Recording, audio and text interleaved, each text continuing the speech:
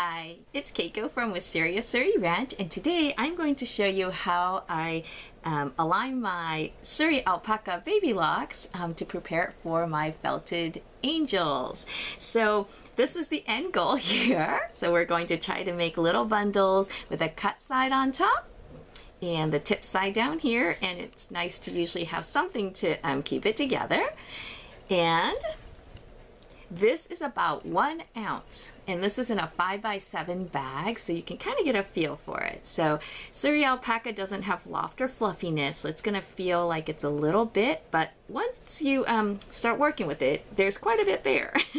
And one thing you might notice, which is very unique to Suri Alpaca, is when you put your hand in, you can usually get a cooler feel. It's really interesting. It's like a cool, slick feel, which is very different from what you would expect when touching fiber.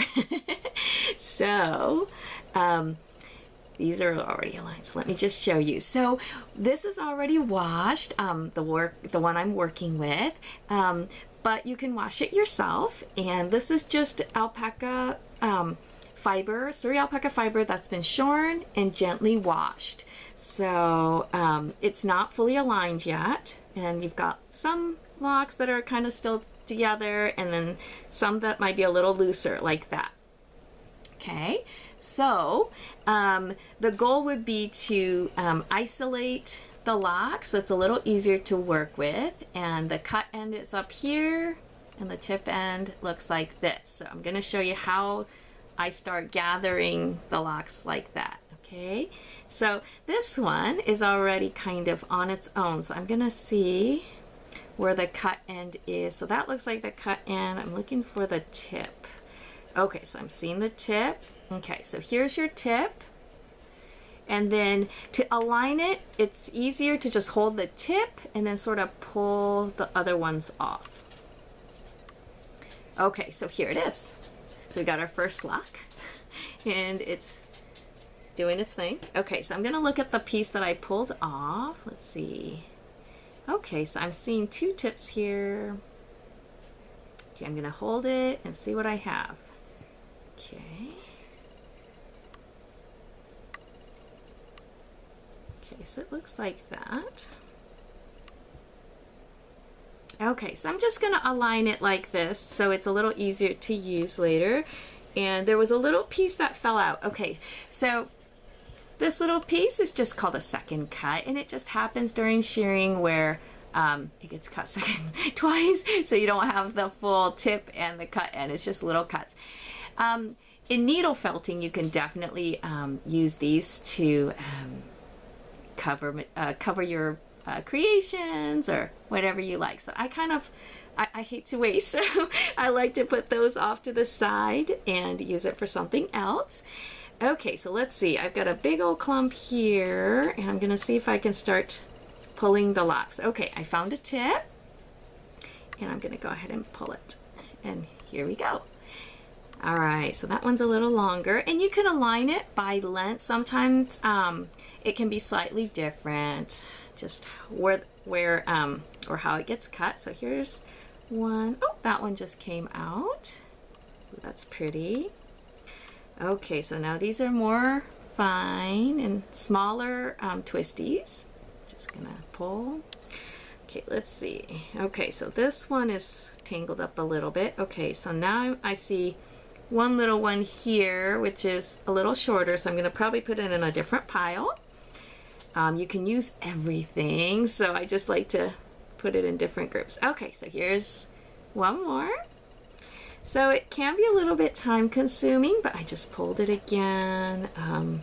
Just working with identifying the cut end and the tip end. So this is a little harder. Here we go. Okay, so there's the tip. So I'm gonna go ahead and pull this piece off. So I got this one here. And then I have one here. I'm gonna see if I can identify the tip. Pull, yeah, there. And this, when you pull it and it doesn't break, you know that that's your full length. So there we go. Okay, and so this is really all you need to do. So this one's a little shorter, so I'm gonna put it in a different pile. Okay, let's see, this is Nice little bit. Okay, so, oh, here. Okay, so let's see, is that a really long piece? Kind of looks like that. Yeah. Okay, so if you want them further isolated, just make sure you're holding, so this is like tip and cut in here. So I can actually just use this as is in some of my dolls, but if you want to make these like really individual or smaller locks, then just gently hold and kind of isolate them like that. So there's one. Okay, and then I'm gonna move the fluff off here, and then there's, I can just sort of split these up. So there they go, like that. Okay, and anytime if you have questions, let me know. You might see little bits of hay.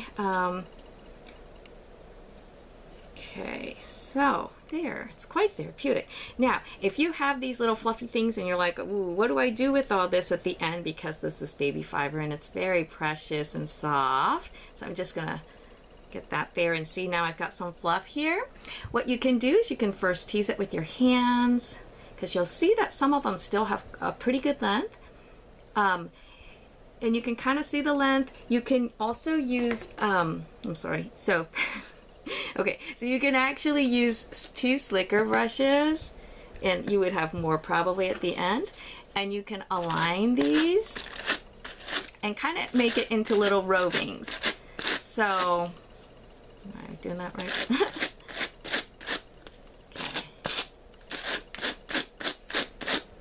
So that's just a tiny bit, so it's a little hard to see, but you can use this to cover the face of the angel, or you can actually kind of take a little bit more time and align it and actually use it for hair. You can use a straight flat iron, is that what it's called, or a curling iron. Okay, so the key thing is, if you don't want things to fall apart in the middle, just make sure that you're checking for the length by kind of going like this and getting the length, and if you're holding it, you'll get that right length. And my slicker brush was not clean, so it got little weird stuff in there.